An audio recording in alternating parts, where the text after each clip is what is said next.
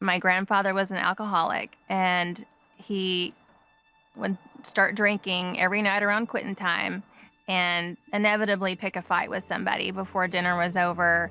It escalated way beyond physical altercations.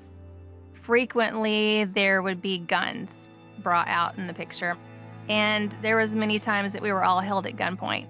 My dad was a very hardworking, blue-collar guy, and he would push and drive himself so hard. And then when he would come home, he would start to drink and get angry, and when he got angry, somebody always got hurt. When Phillip and Darlena Fields first met in graduate school, they had no idea how similar their backgrounds were. Because of their unstable childhoods, both Phillip and Darlena responded to the gospel when they heard it as young people. When I walked into this little country church for the first time in my life, I felt that safety. You know, there was something present in the atmosphere that wasn't present in my home, love. But then when they said, hey, this is all about this man, Jesus, I was hooked. I got saved at an Assembly of God church camp at 17. And that is one time in my life that I was glad that my mom made me do something, because I completely gave my heart to Jesus, all my hopes and dreams. And that was what changed the trajectory of my life. Phillip and Darlena married. They went through premarital counseling, but the baggage from their childhoods quickly surfaced. I was looking for a handsome prince in Wranglers and boots to come and rescue me. I didn't know what a fantasy that I'd conjured up in my mind. And when you grow up in brokenness and abuse, you fantasize of a rescuer. There was a combination of struggles. A lot of it was family influence. What she had was, I'm gonna come at you and fight you. And what I had was, I don't wanna fight you. I hate conflict and I'm gonna run away. I kind of thought that my way was more godly than hers, because I wasn't exploding with anger and attacking. I was really triggered with Philip's disappointment in me. Once the disappointment set in, it triggered depression. The Fields grew their family and their ministry, but still had a lot of work to do on their marriage. Phillip says he often escaped through alcohol and binge-watching TV. Our real enemy was fear. My fear of conflict was my fear of being controlled. Her fear of disconnection was, expressed in anger. And so it's like, hey, don't pull away from me. And I'm like, hey, I got to pull away from you because you're not safe.